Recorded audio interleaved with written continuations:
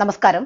വ്യത്യസ്തമായ ഒരു ആശയം നിങ്ങളുമായിട്ട് പങ്കുവയ്ക്കണമെന്ന് തോന്നി വീഡിയോ അവസാനം വരെ കാണുകയും അഭിപ്രായങ്ങൾ രേഖപ്പെടുത്തുകയും ചെയ്യുക. രണ്ടാഴ്ച മുമ്പ് കേരളത്തിലെ കോൺഗ്രസിന്റെ ട്വിറ്റർ അക്കൗണ്ടിൽ വിശദമായി അവതരിപ്പിച്ച ഒരു ആശയമാണിത്. കേരളത്തിലെ ട്രെയിൻ യാത്രാ ദുരിതം ഞാൻ പറയാതെ തന്നെ നിങ്ങൾക്കറിയാമല്ലോ. കേരളം ഇന്ത്യയിലെ തന്നെ ഏറ്റവും തിരക്കേറിയ റെയിൽവേ റൂട്ടുകളിൽ ഒന്നാണ്. എങ്കിലും ഇവിടെ നമുക്ക് ആവശ്യത്തിന് ട്രെയിനുകളില്ല. ഒരു പുതിയ ട്രെയിൻ പോലും ഇടാൻ സാധിക്കാത്ത വണ്ണം ട്രാഫിക് ആണെന്നാണ് റെയിൽവേ പറയുന്നത്. അതുകൊണ്ടാണ് ഹൈസ്പീഡ് റെയിൽ പ്രോജക്റ്റ് വേണമെന്ന് മാറി മാറി ഭരിച്ച കേരള സർക്കാരുകൾ ചിന്തിച്ചത്.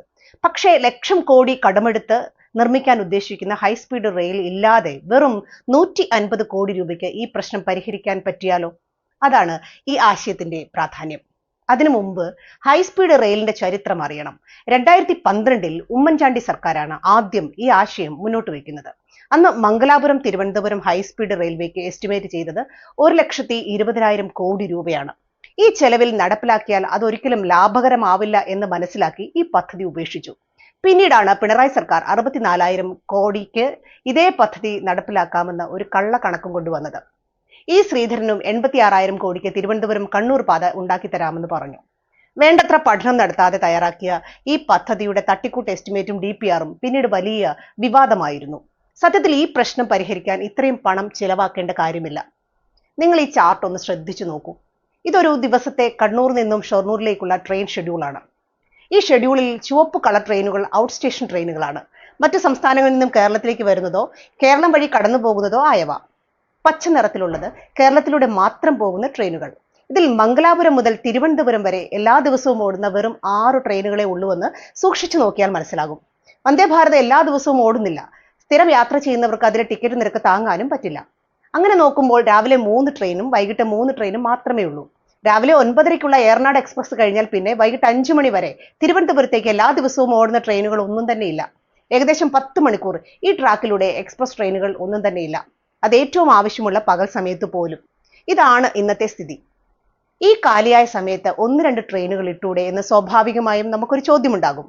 അതിന് ഒരാഴ്ചത്തെ ഷെഡ്യൂൾ കാണിക്കുന്ന ഈ വീഡിയോ കണ്ടാൽ മതി.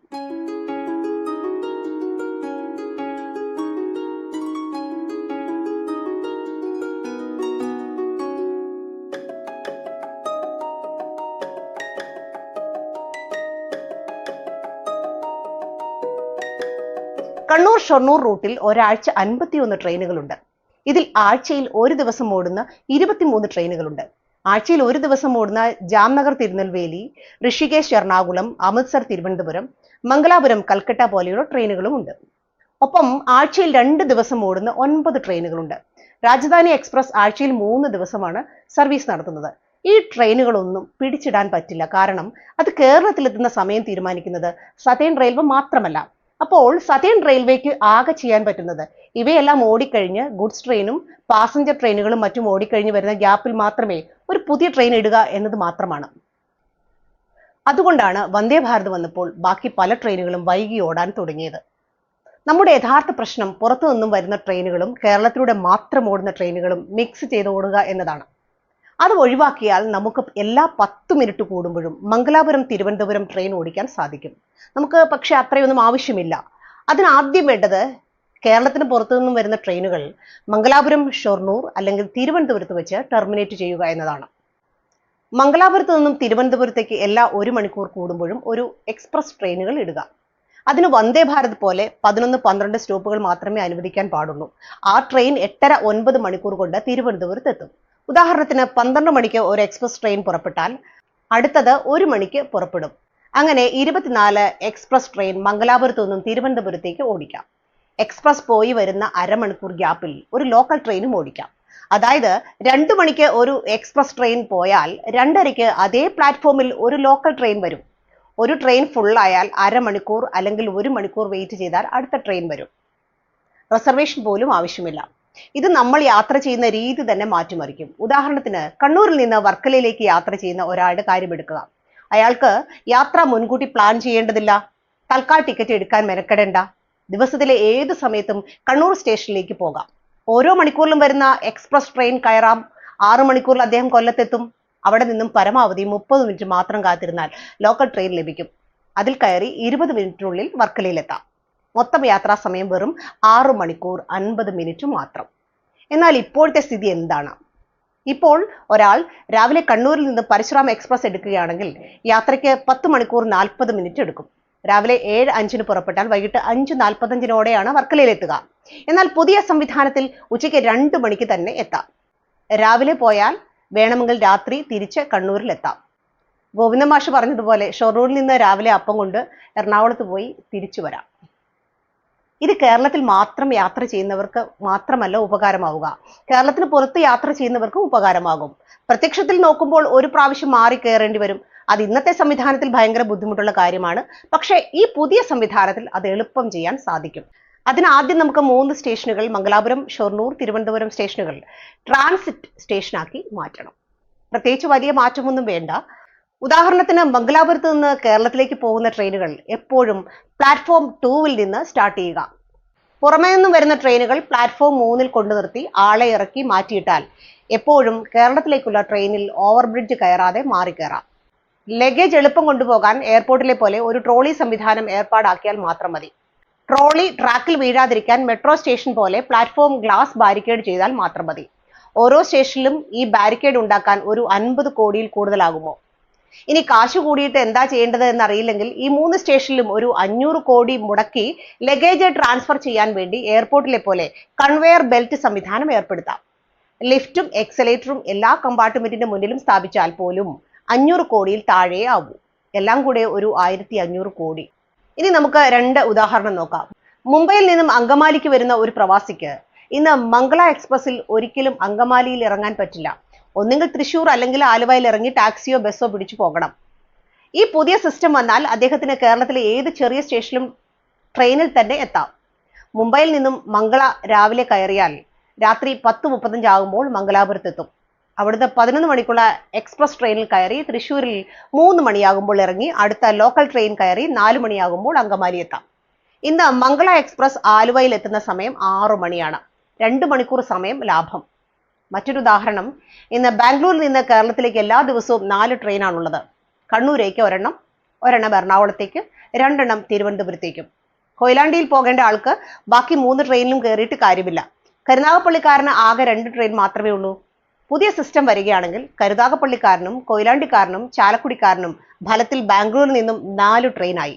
പിന്നെ കന്യാകുമാരി വരെ പോകാത്ത ഐലൻഡ് എക്സ്പ്രസ് ഷൊർണൂരിൽ നിന്ന് തിരിച്ച് ബാംഗ്ലൂരിലേക്ക് ഓടിയാൽ ഒരു ദിവസം 2 ട്രിപ്പ് നടത്താം. അങ്ങനെ വേണമെങ്കിൽ ഇന്നത്തെ 4 ബാംഗ്ലൂർ ട്രെയിൻ ഉപയോഗിച്ച് ദിവസേന 8 ട്രിപ്പ് നടത്താം.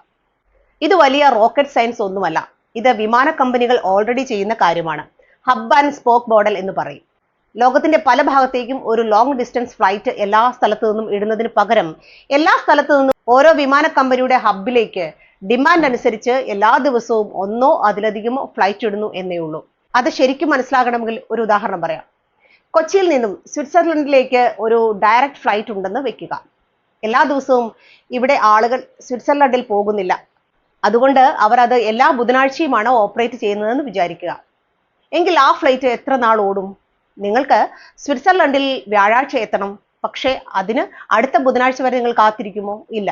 നേരെ വ്യാഴാഴ്ച ദുബായിൽ പോയി കുറച്ചു നേരം വെയിറ്റ് ചെയ്ത് അടുത്ത സ്വിറ്റ്സർലൻഡ് ഫ്ലൈറ്റിൽ നിങ്ങൾ പോകും. ഇന്ത്യയിൽ നിന്നും ദുബായിലേക്കും ദുബായിൽ നിന്നും സ്വിറ്റ്സർലൻഡിലേക്കുമുള്ള ഫ്ലൈറ്റിൽ മാക്സിമം സീറ്റ് നിറഞ്ഞായിരിക്കും യാത്ര ചെയ്യുക. വിമാന കമ്പനിക്ക് ലാഭം, യാത്രക്കാർക്കും സൗകര്യം. എന്ന് വേണമെങ്കിലും സ്വിറ്റ്സർലൻഡിൽ പോകാം. ഇത് തന്നെയാണ് കോൺഗ്രസ് പറയുന്ന ഈ പുതിയ മോഡൽ. ഇന്ന് ഒരു ദിവസം 20,000 പേർക്ക് മംഗലാപുരത്തു നിന്നും തിരുവനന്തപുരത്തേക്ക് പോകാമെങ്കിൽ ഇതേ ട്രാക്കിലൂടെ അത് 80,000 പേർക്കോ 1,00,000 പേർക്കോ യാത്ര ചെയ്യാം. നേരത്തെ ടിക്കറ്റ് ബുക്ക് ചെയ്യേണ്ട, മുൻകൂട്ടി പ്ലാൻ ചെയ്യേണ്ട. മെട്രോയിലെ പോലെ സ്റ്റേഷനിൽ ചെന്ന് ടിക്കറ്റ് എടുത്ത് അടുത്ത വണ്ടിക്ക് വേണ്ട സ്ഥലത്ത് ഇറങ്ങാം. പകലോ രാത്രിയോ എന്നില്ല, ഏതു സമയത്തും യാത്ര ചെയ്യാം. തൂങ്ങിപ്പിടിച്ച് നിൽക്കേണ്ട ആവശ്യമില്ല. റെയിൽവേ മനസ്സ് വെച്ചാൽ 6 മാസം കൊണ്ട് ഈ പദ്ധതി നടപ്പിലാക്കാൻ പറ്റും. ഭൂമി ഏറ്റെടുക്കേണ്ട, പണക്കാർക്കും പാവപ്പെട്ടവർക്കും വേഗത്തിലും കുറഞ്ഞ ചെലവിലും യാത്ര ചെയ്യാം. മംഗലാപുരത്തു നിന്നും തിരുവനന്തപുരത്തേക്ക് ഇന്നത്തെ 14 മണിക്കൂർ എന്നതിൽ നിന്ന് 9 മണിക്കൂറായി യാത്രാ സമയം കുറയ്ക്കാം. അതും എല്ലാവർക്കും. റിസർവേഷൻ നിർബന്ധമില്ല. അതുകൊണ്ട് പ്ലാൻ ചെയ്യാതെ കൃത്യസമയത്ത് വൈകാതെ എത്താം. ലോങ് ഡിസ്റ്റൻസ് ഇല്ലാത്തതുകൊണ്ട് എല്ലാ ട്രെയിനും കൃത്യസമയം പാലിക്കാൻ സാധിക്കും. ലളിതമായ ഷെഡ്യൂൾ ആയതുകൊണ്ട് സതേൺ റെയിൽവേക്കും ജീവനക്കാർക്കും ടെൻഷൻ ഇല്ലാതെ ജോലി ചെയ്യാം. ട്രെയിൻ ഉപയോഗിക്കുന്നവരുടെ എണ്ണം 3-4 ഇരട്ടിയാകും. റോഡിലെ തിരക്ക് ഗണ്യമായി കുറയ്ക്കാം. അങ്ങനെ ഒരുപാട് ഗുണങ്ങളുണ്ട് വെറും 150 കോടി മാത്രം ചിലവാക്കി ഈ പദ്ധതി നടപ്പിലാക്കിയാൽ. ബലത്തിൽ കെ റെയിൽ പദ്ധതിയും ഇത് തന്നെയാണ് ചെയ്യാൻ ശ്രമിക്കുന്നത്. മംഗലാപുരം മുതൽ തിരുവനന്തപുരം വരെ ഷട്ടിൽ സർവീസ്. അത് വെറും 11 സ്റ്റേഷൻ മാത്രം. നിലവിലെ സ്റ്റേഷനുമായി കണക്ഷൻ ഇല്ലാത്തതുകൊണ്ട് പ്രവാസികൾക്കോ കൊയിലാണ്ടിക്കാരനോ അങ്കമാലിക്കാരനോ കരുനാഗപ്പള്ളിക്കാരനോ ഉപയോഗമില്ല. ഇതാകുമ്പോൾ എല്ലാവർക്കും ഒരുപോലെ ഗുണമാണ്. ഇനി പൈസ കൂടിയിട്ട് എന്ത് ചെയ്യണമെന്ന് അറിയില്ല എങ്കിൽ അതിനും വഴിയുണ്ട്. കേരളത്തിലെ എല്ലാ റെയിൽവേ സ്റ്റേഷനുകളിലും മെട്രോ സ്റ്റേഷൻ പോലെ മോഡേൺ ആക്കാം. എല്ലാ റെയിൽവേ സ്റ്റേഷനിൽ നിന്ന് ബസ് കണക്ടിവിറ്റി കൂട്ടാം. നമുക്കൊരു 30-40 ട്രെയിനുകൾ ജർമ്മനിയിൽ നിന്നോ ജപ്പാനിൽ നിന്നോ ഇമ്പോർട്ട് ചെയ്യാം. സഖാക്കളെ സന്തോഷിപ്പിക്കാൻ കുറച്ചെണ്ണം ചൈനയിൽ നിന്നും ആയിക്കോട്ടെ. പുതിയ റെയിൽ പാതകൾ ഉണ്ടാക്കാം. വളഞ്ഞു പൊളഞ്ഞ ട്രാക്കുകൾ നേരെയാക്കാം. അങ്ങനെ എന്തെല്ലാം കാര്യങ്ങൾ ചെയ്യാം. ആകെയുള്ള പ്രശ്നം ഇപ്പോൾ സംസ്ഥാനമോ കേന്ദ്രമോ ഭരിക്കുന്ന ഡബിൾ എഞ്ചിൻ സർക്കാരുകൾക്ക് 2 ലക്ഷം കോടിയുടെ കമ്മീഷൻ അടിക്കാൻ പറ്റില്ല എന്നത് മാത്രമാണ്. തുച്ഛമായ മുതൽ മുടക്കിൽ പരിസ്ഥിതിക്ക് ദോഷം ചെയ്യാതെ, സ്വന്തം കിടപ്പാടം വിട്ടുകൊടുക്കാൻ ജനങ്ങളെ നിർബന്ധിക്കാതെ കേരളത്തിന്റെ മുഖച്ഛായ തന്നെ മാറ്റുന്ന വികസന പദ്ധതി നടപ്പാകുമെങ്കിൽ അത് സംസ്ഥാനം പരിഗണിക്കുക തന്നെ വേണം. നിങ്ങൾക്ക് ഈ ആശയം ഇഷ്ടമായെങ്കിൽ ഈ വീഡിയോ എല്ലാവരിലേക്കും എത്തിക്കുക. ഇത് ചർച്ചയാക്കുക. നന്ദി. ജയ് ഹിന്ദ്.